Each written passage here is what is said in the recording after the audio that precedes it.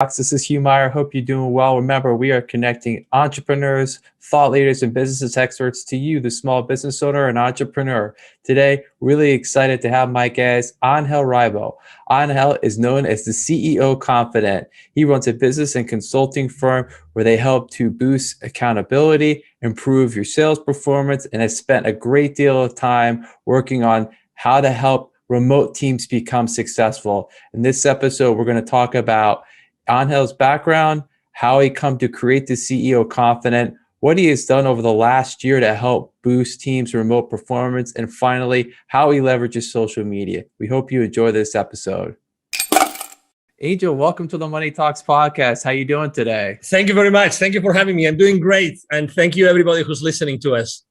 Yeah, it was, thank you for being here. You and I connected several months back. We were doing a kind of a LinkedIn marketing workshop, if you will. I appreciate your feedback. You know, your content is fabulous. And that's something we'll definitely want to talk a little bit about. So without further ado, maybe just give the audience a little bit about your background. Absolutely. So, of course, I mean, I live in Plano, Texas, which is north of Dallas. I've lived here for the last 10 years. Overall, I've lived like in eight different countries throughout my life. I'm originally from near Barcelona in Spain. And basically, I do two very distinct things in my life. One is with my business consulting company. Basically, we help both corporate CEOs and established entrepreneurs to bridge the gap globally for expansion and exposure as a way to generate or to accelerate the growth of their businesses. And I started to do that basically 5 years ago when I left corporate America. And at the same time, I started also my nonprofit. I'm actually one of the 3 co-founders. And what we do is we help underprivileged kids in Latin America become entrepreneurs using the local resources. So this is in a nutshell what my life is about. Unfortunately, for the last 14 months, I have not been able to travel much for obvious reasons. It's now April 2021. But we really can't wait to resume our activities in Latin America with the kids that so much needed. That's amazing. I definitely want to learn more about that and talk about that. Thank you. Kudos to you for doing that. It's really important. And it's amazing because I've talked to other people that I've interviewed on my podcast who are in the fintech space, and there is a lot going on as far as entrepreneurship in Latin America. So yes, I love hearing about that. And it's really interesting. So maybe go back a little bit. Of course. What was kind of, I guess, the light bulb? You know, it's really interesting because a lot of the people I interview, they've all had some role in the corporate world, if you will. And what was the light bulb for you as far as wanting to kind of bridge out, go on your own and start this great, underwrite you have? Thank you. Well, I think it's a mixture of things, right? It's not only one thing. I think that probably the most important one is that I had continuously been putting my family as a second priority in my life. And that eventually hurts the family, and for me, my family is extremely important. So I think that was probably one of the main reasons. The second reason is also, when you realize that the company I was working with was bought by someone else, and then things started to change. And when you realize that people join companies for money, but they stay because of the culture. And so when you realize that, all these great things you've done in the past, unfortunately, you cannot do it there anymore. And you have to use you have to change your strategy, and you don't quite think is ethical enough or good enough, So, there were many things like this. And why wasting my time doing things that I really don't like and I don't see any future on? I think that's really important. And also, I think probably like the last thing, the last drop in the cup was probably I had a spiritual experience, literally, that also made me think, what are you doing with your life, Angel? And maybe and it was the second time in my life that I had something close to this, something that they couldn't explain with my senses. So I said, okay, so this means something. Maybe I should do something. I should take action and I should basically move from where I am today to doing something else. And I'm obviously, in retrospect, after 5 years, it's definitely a good move. And as you know, if I've interviewed people coming from corporate, as you know, we all come out in many different ways, but we all come out with a lot of experience, right? And I think that's extremely important. I think it's important to acknowledge that we come with a lot of experience, and we have had several support systems helping us grow to be who we are. Yeah, no, thank you for that. I appreciate that, and it's great because you're right. That is an excellent point about having that experience. But then you also, it's all about jumping out or getting out of the comfort zone, if you will. We all, as you kind of alluding to, many people get very accustomed to that corporate culture, and it kind of feels safe. But you have to ask yourself, are you really happy doing what you're doing? And more often than not, people answer that question with a no, and they kind of have to grab that entrepreneurial spirit out and realize you have to, if you want to be happy, you got to make changes. Maybe that means taking some risk in your life. Mm-hmm. And as you know, every time you hear the stats about the engagement levels in corporate, it's always above 70%. So that means that at any given company, at any given point in time, you go there, you knock at the door, you see 10 people, 7 don't really like what they're doing, but they have to pay their bills, they have to pay their mortgages, they have to take their kids to college, blah, blah, blah, you name it. So, and I stayed there for 10 years, it was a long period of time, but there were people there that had been almost 30 years. Right. So, I mean, and it's not bad. I mean, I'm not saying it's bad, but right. At the end of the day, it's your decision. You decide what you want to do with your life. And also, I think that something else, now that we're thinking about things that had happened in the past in my life, I think that also I went to a Tony Robbins event, and I experienced, and there's so many things that happen in those events that are so powerful. And one of the most important messages that really changed and shook me really to the bone was the idea that, we are really here to make an impact, like it or not, and that's why you have a podcast. I mean, you have a podcast because you really want to change people's lives, and you want to inspire people every single day, right? And you're excited about the downloads, not because of the downloads themselves, but just because you have been able to inspire more people and more people and more people, right? 100%. And so that's why there's this direct relationship between, how many people you serve and you help in your life, and eventually the rewards that you get in your life. And I wanted to literally start doing my own thing and start impacting thousands of lives as opposed to what I was doing before. Yeah, that's amazing. I agree with you 100%. Yeah, it is. You're right. You have to, you really have to want to make changes to people's lives and be impactful. And thank you. I appreciate what you just said. Yeah, that's why I'm here doing this. I love doing it. I get to meet, I've been doing it now for almost a year, which is hard to believe. And I get to meet great people like yourself who are, thank you. I get to learn about what you're doing.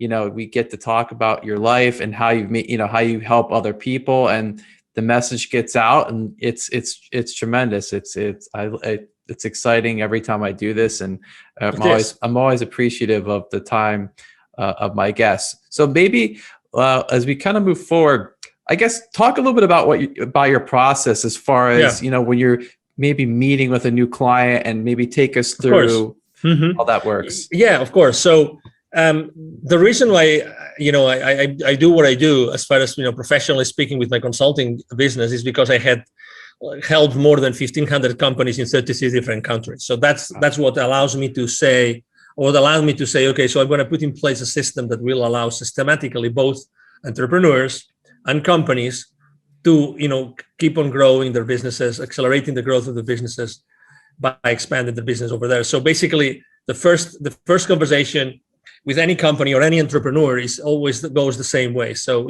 okay, so why would you like to go abroad? Why would you like to go global? Why would you like to take your product or your service to a specific place, a specific geography in which you are not present right now?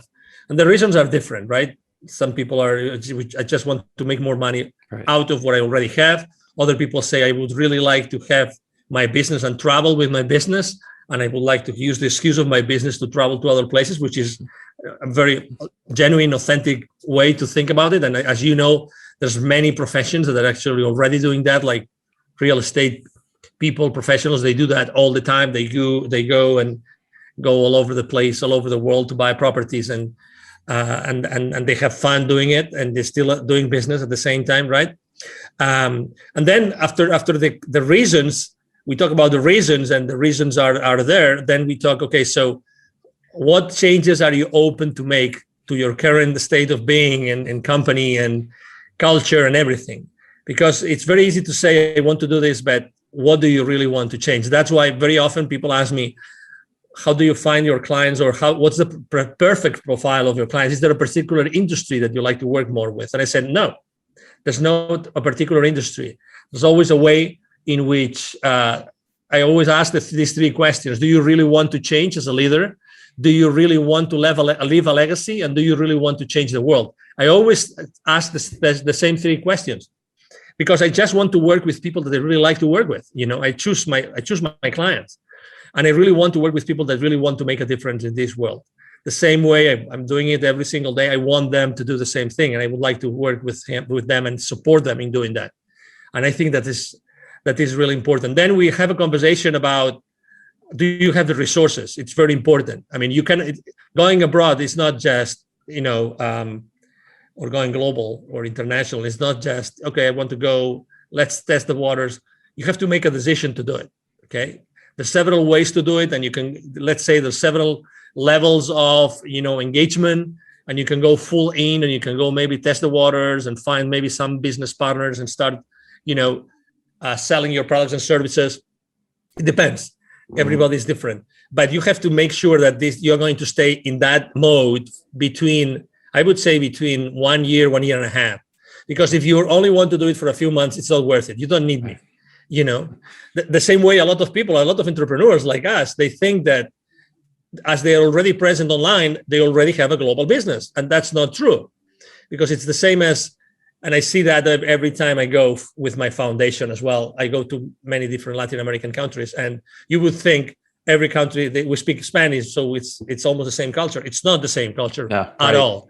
So even if we speak English right now, only a few entrepreneurs out there, really have thought, okay, so is selling to the US the same as selling to Canada, the same as selling to Australia, the same as selling to the UK? And the easy answer would be, of course it is. They all speak English. It's not true. It's not true. And talk to any advertising company who's present globally. You have any friend working on a marketing department or on an advertising large corporation that they work globally? Ask that person, do you guys really take into consideration the different cultural realities in every single geography in which you advertise your products or services? Of course they do. Right. But we tend to think that things are simple, and things are no. It's the same thing. It's not the same thing. So if they have the resources, they really want to do it, they're really open to change the status quo, then probably typically it's a go. Typically it's a go. And then, we decide, we discuss the details, what's the best time frame, how are we going to adapt your products and services to the new market, how are we going to find the right partners for you? Do you want to set up a specific distribution channel? Do you want to go there, or do you want to tap onto the door of, or knock on the door of the top 5 clients of a particular industry, which are good for you, good fit for your products and services? It's more like a qualification set of questions that allow my team and I to see exactly what we can do for that particular company. That was tremendous. Thank you for that. I really enjoyed all of it, but especially the first part, because you're very specific as to, you were talking about the 3 questions that you ask, very specific, and it's important it's too many reasons, but one, as the entrepreneur, as the business owner, it's important that you're, distinguishing yourself, and that really is really speaking to your value proposition as far as, this is what we're trying to find out. If you can answer these questions, I can help you. If you can't, we probably can't work together. And that's important, that you've created this niche, and you're able to have these questions and get them answered. So I think that's really important. And then what you were just talking about, as far as, understanding, you have a great understanding of the cultural differences, because in this day and age, like you said, everyone wants to go global, right? And if to your credit and to your point, it isn't that simple, just because, these languages are spoken in so many countries. If there's one thing I learned from business school, it's the culture. So I distinctly remember these conversations having with one of the professors about how different it is to do business in these other countries, whether it's in the Far East or in Latin America. It's not the same. You have to understand the cultures. And that's really important that you help people realize this right at the start. Exactly. And that's why, after so many years, 20 plus years working in 33 countries, with all the network of potential partners of my future clients that I have developed, how important it is for you that you are going to, let's say, disembark on a particular country and you already have a trustworthy partner, right, that you can start working together. That's gonna make a big difference. Going with, holding hands with someone local that knows everything, that's gonna help you and is gonna teach you everything, obviously in return of a margin or any other, arrangement, commercial arrangement, but still. And this is one of the most important assets that we have. We know local people in all those countries that can help, really shorten that ramp up period that they will need for their experience of going global or starting, to commercialize their products and services in that market. Yeah, 100%. Have you found, obviously we all like to forget all the events that occurred last year. They were, clearly awful, very difficult, no matter where you were in the world. As far as in communicating with, your clients and prospective clients, do you see, or have you found that more and more of these prospective or your clients have this, really this sense of urgency now that, going global is so important, and that if we've learned anything, you and I are here on a Zoom call, we have this ability to communicate and get things done. Have you found that sense of urgency has increased now because people realize maybe I don't have to get on a plane, 200 days out of the year? Exactly. And I was one of them. I remember 1 year, I did 230 flights in a year. Wow. In 12 months. I don't know how many hotel nights I have no idea, but obviously those were a lot of legs, a lot of flights, a lot of planes, a lot of destinations. So to your point, absolutely, because the people are realizing that, the market conditions have changed. And the same way I have to tell you that not everybody, that's funny, because you would think contrary to what your common sense would tell you, there's also a lot of people that are not ready to sell online. So again, having those, I couldn't agree more with you. Right now, companies are really wanting and needing to go global, and accelerate the growth of their businesses more than before. They want to make the most of their services and products, and they don't know exactly how to do it. And that's why having local partners that have already proven, that they have already been successful in whatever they have done before, I think it's extremely important. So things are changing. The other day, I was having a conversation with a medical devices company. I was having a conversation with he was the SVP, I think, the SVP of that company, $700 million revenue. Okay, so decent company. And he was complaining about the fact that he had lost, in the last 12 months, he had lost probably 3 or 4 of his top salespeople because they were not comfortable selling online. Interesting, exactly. Very interesting. So if they couldn't shake the hands of the people, they couldn't see them face to face and sit on the same table and then go have, grab lunch or whatever. Right. They couldn't keep on closing those multi-million-dollar deals. Isn't it amazing? So obviously the company, what the company is doing is providing them with, online training once a week on how to sell, how to be fully present, how to do the most of this kind of interactions that you and I are having, right? How do you have to conduct yourself? Where do you have to look? What kind of conversations? What do you have to show? What you're going to show? Right. How does it have to be designed? Everything has changed. And I have to tell you also, I'm really blessed that I'm in Texas. As you know, Texas is one of the most open states in the union. I mean, we've been fully open since March. Right. All the stats are going down and down and down, every single day. But I have to tell you also that for the last 12 to 14 months, I never stopped having face-to-face meetings, ever. I had lots of coffees in coffee shops, and instead of restaurants, coffees in coffee shops, maybe short coffees, right, maybe outside in the patio, whatever, with a lot of, C-level executives here, no matter what. So that's what life is about. I mean, to be honest, you're a human being, and we have to really, everybody feels differently about what's going on in the world, but life continues.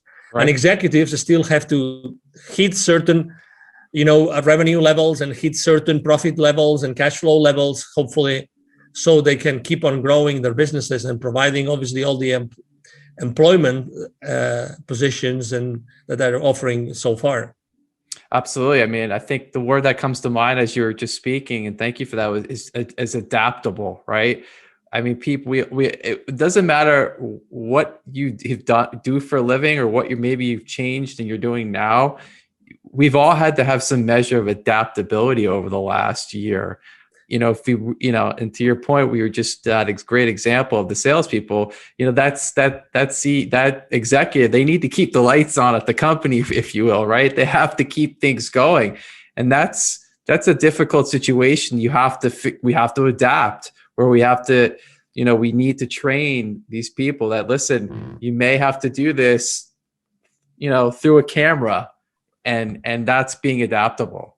I was reading a report summary yesterday about, how the future of work has been changed due to what's going on in the world right now. 3/4 of CEOs right now, they are very, very concerned. And the number one concern is, how are they going to help their employees upskill? Right. And they're not that concerned about, like hard skills. No. I'm talking about soft skills. So they don't know how they're going to do it to successfully transition their labor forces, their workforces, into a place where they can embrace new skills that are needed for the work that needs to be done today in the world, right? So, I mean, at the end of the day, we're all human beings. At the end of the day, C-level executives are the same as you and me. They have their own concerns, they're different concerns, because their outreach and their levels of responsibility, depending on the size of the company, is huge. But at the end of the day, they're dealing with people, and concerns related to people. Will my employees be still engaged? What do I have to do now differently compared to before, so that they keep being engaged? How do I keep them accountable? How can I have, all those questions are being asked and are not easy. I mean, in only 12, 14 months, let's say 14 months now, it's April 2021 right now, not everybody has been able to really adapt to the new situation yet. And I think that the organizations that have provided have taken the opportunity for the last few months, right, to train their workforce, are going to be the most successful ones in the future. But 100%. you can't wait. It's not like, you have like X company name university already developed and you have lots of courses inside.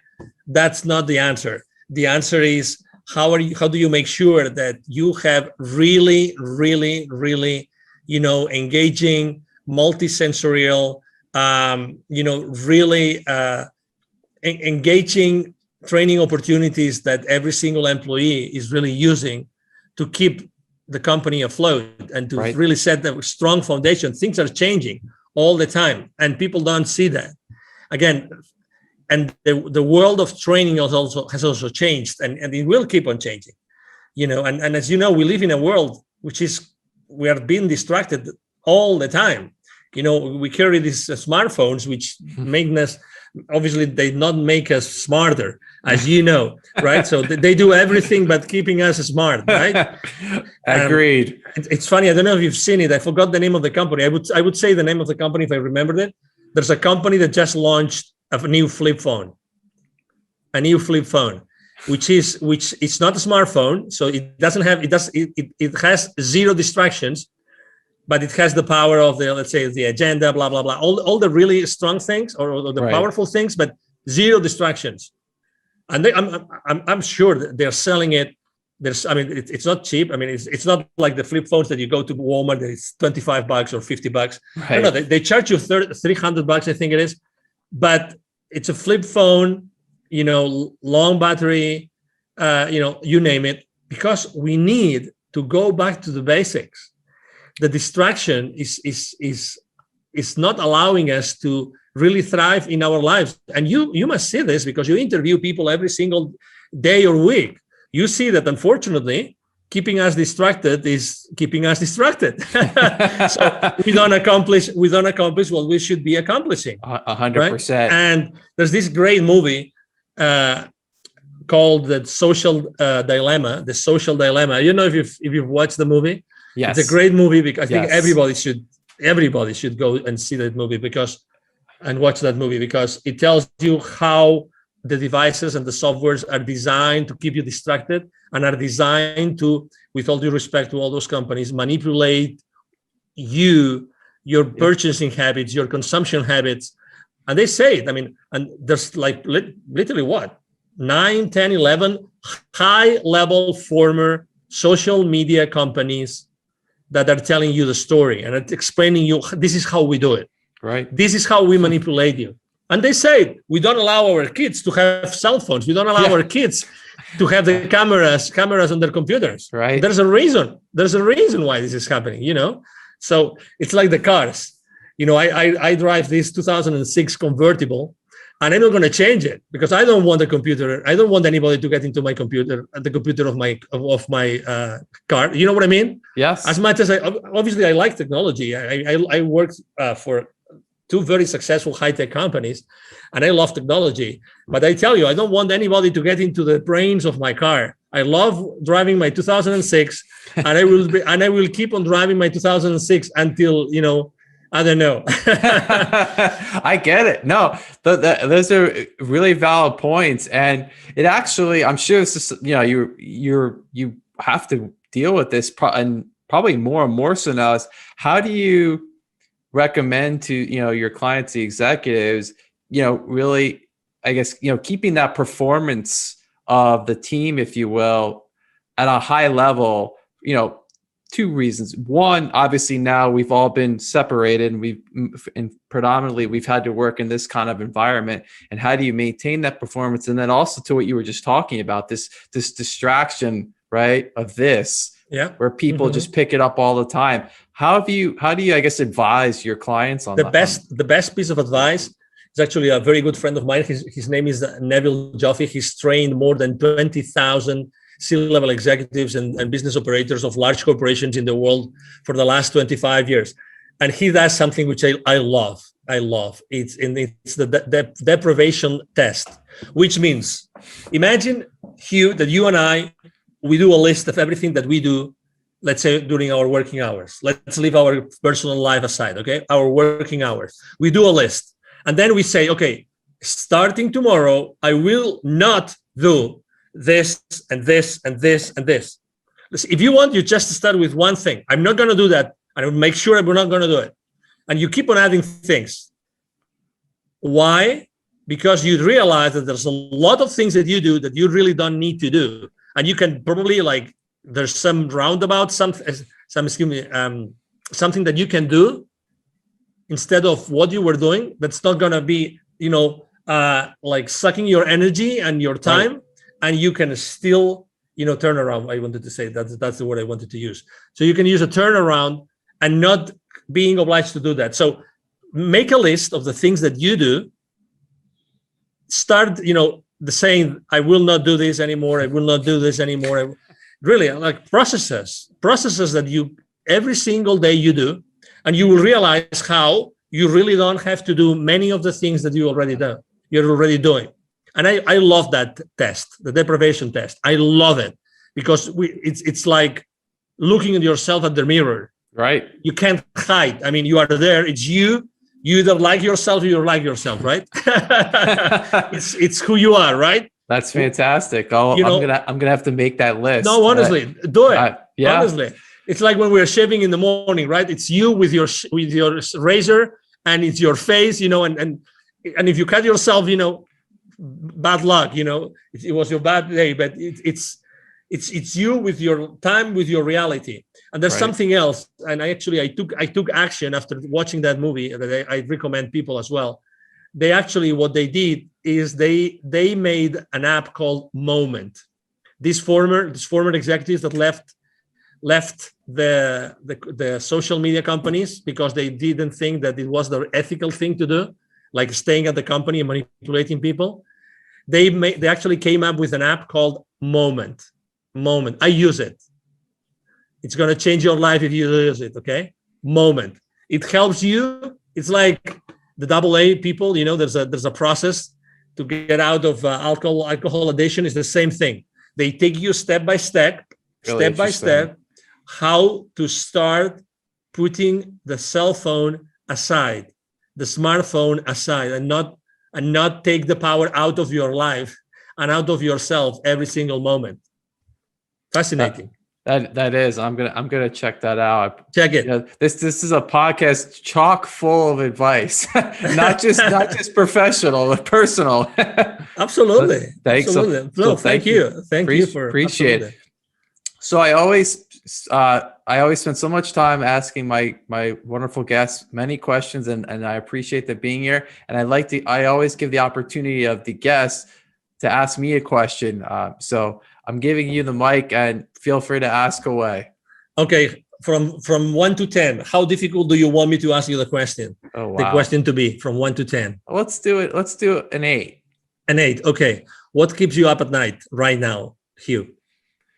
What keeps me up at night right now? I think honestly, it's the education of my kids, and how I think, if anything, it's very worrisome. Obviously what happened over the last year, we can't change it. It's already happened, but you really start learning more and more about how your kids are being taught in schools. And to me, that's very worrisome, because they're going into a world that, you don't, having a degree from a Harvard or a top-notch school, more and more people are not really looking at that anymore. They're looking for more entrepreneurial, thinking people that can work with teams and on projects. And I feel like our education system in this country it's not built that way. It's built completely, it's an antiquated education model. And I think it has to be changed. And I know there are entrepreneurs out there that are now doing these things. Obviously, it's not available to everyone, and it could be expensive, but at least you're starting to see some changes as far as these people realize we can't teach our kids this way anymore. It's not about test taking skills. It's about problem solving and speaking. And this is what's important. This is what's going to help them as they go forward. So I couldn't agree more with you. It's funny. I don't know why I asked you that question. I'm extremely involved with the education of my kids as well. I'm very worried as well.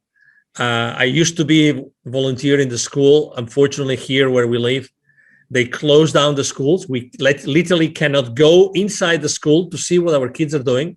We cannot do that, which is insane. But to your point, I mean, absolutely. The type of people that are needed in the world today has nothing to see with the type of people that leave the system. And absolutely, to your point. And obviously for the last 14 months, what has happened inside the schools, unfortunately hasn't helped the kids to be smarter, brighter, feel more loved, feel more cared for, or even have a better mental health. Agreed. I mean, you talk to the therapist, talk to the counselors, and you will know. You will see. I mean, unfortunately. So thank you for answering the question. Thank you. I appreciate that question. Thank you. It's something. It's funny because I'm actually going to have in the next couple of weeks. I'm going to have a founder of a startup education company. So more to come on that subject. Awesome. Yeah. Please. Keep on bringing people that knows exactly what's lacking today and what we can do to bring, to use all these amazing talents and gifts that our kids come to this world with. Oh my God. and you see that every day. It's Absolutely. as father, you see that. I mean, these kids are asking you questions that, oh my God, and what a blessing. The thing is, how do we keep this balance, right? Between educating them and giving them the boundaries, and at the same time, allowing them to be who they really are, right? 100%. Yeah. So anyway, thank you. I'm having chills again. So thank you. Yeah, no, thank you for that great question. Take a minute or two. You do an amazing job on your social media, specifically your LinkedIn. Thank you. It's one of the best. And I actually spent time earlier today and yesterday going through it. And you have a very clear value proposition. I know, you exactly what you do, who you're trying to help. Maybe just spend a minute or two talking about how you've really leveraged using social media. Thank you. Exactly. Well, number one, I chose to start working in social media really when I left corporate America. I think that in general, in the corporate world, social media is not used a lot, or is used very well. The first thing I thought was, okay, so what is my audience, right? So who do I want to serve and where they are? And it's funny how, obviously, I immediately decided, okay, so it's LinkedIn. I only had a few hundred connections, nothing else. And I said, but I want to really make a difference here on LinkedIn. And then I started to think, okay, so if my audience is here, how am I going to talk to them? And one of the things I always repeat myself and that I learned, and I have had also very good teachers throughout this time, is that number one, have you noticed that when you go to Google and look for a particular person, you throw a name in the box? One of the first line items is actually LinkedIn. Right. So you are in Google, Googling someone's name, and LinkedIn lines show up as the first one. So what I'm trying to tell you is LinkedIn is not a place where you look for a job only. LinkedIn is a search tool. LinkedIn is a search tool. Okay. So just that I think that's going to help you think differently about LinkedIn. Number one. Number two, I said, okay, so what am I going to share? I mean, I was able to have little by little, I built a team, and I have a team working with me. As you have seen, I have, video editors, I have graphic designers. I'm every single day online, every single day. So the content that I am posting is always a content, number one, that's going to grab the attention of my audience. Number two, that it's going to be more related to the human being who is behind an executive than the executive that is concerned about 20 different business aspects. So I'm trying to really keep everything at a very human level and connect with the people at the very human level. So you will see that obviously sometimes I speak about business and sometimes I give visibility and exposure to businesses, and because actually it's part of my business value proposition. But I try to be really very close to the human beings behind the people that I want to attract to my timeline, right? To my feed. Right. And we all have options, as you know, we all have options. And also I use, and not many people do it, I not only post every day, like normal posts, I use video a lot, I use graphics, I use cartoons. I also create posters for the story. There's a story, like the WhatsApp story, the Facebook story, or the Instagram story. There's a story on LinkedIn. Right. And again, you have to change it every single day. But again, it's another place where people go and they just see, for instance, I am obsessed personally about what's going to happen tomorrow. I want to be the first one to tell everybody on my timeline what day is going to be tomorrow. So for instance, tomorrow, I forgot what day is it going to be tomorrow, but Saturday. So it's going to be Saturday, but I don't remember. It's going to be the National something day. Okay. So I am always talking about what day is it going to be tomorrow. So now I could go to LinkedIn and I will see that my team posted about what national or international day is it going to be tomorrow. And as opposed to do what everybody does, which is posting about what international day is it today, I always do about what international day is going to be tomorrow, just because I want to give my audience a head start, so they go to the office and they already know what's going to be tomorrow. Or maybe if someone needs to buy something or needs to do something, they have one day head start to do that. You know what I mean? Absolutely. And again, and there's days which I talk about innovation, about creativity. I talk a lot about building bridges, because I think that for the last 14 months, a lot of bridges have been burned. Right. And I think that we have to build bridges. So that's another important part of my strategy. And the third one is really when I reach out to people to connect with me, which, by the way, it's more and more difficult on LinkedIn. Just this week, they limited the number of people you can connect with.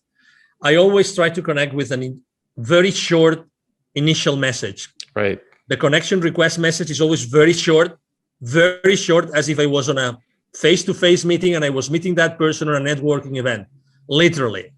Okay. So I always say something like, I would like to connect with you. So might we help each other? We might be able to help each other in the future. Or I just say, I would like to connect with this kind of leaders. So you are already filtering the people that you connect with. Right. You don't want to connect with everybody. No, right? That's right. Exactly. So again, you have to be strategic about what you do online. So those would be probably like the top 3 pieces of advice I would like to share with the audience.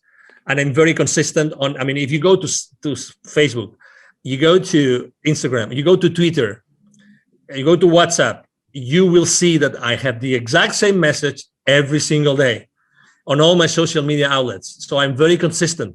So everybody looking for me, or everybody that's going to find me, they will see that I have the same message in all my platforms. I think that consistency is also very, very important. Absolutely. Huge. Yeah. 100%. Well, and I always conclude my episodes with pieces of actionable advice, and you've outdone yourself and done a great job here. I appreciate you doing that. Those are great pieces of advice as far as how to really leverage your social media and being consistent. So I want to thank you for that.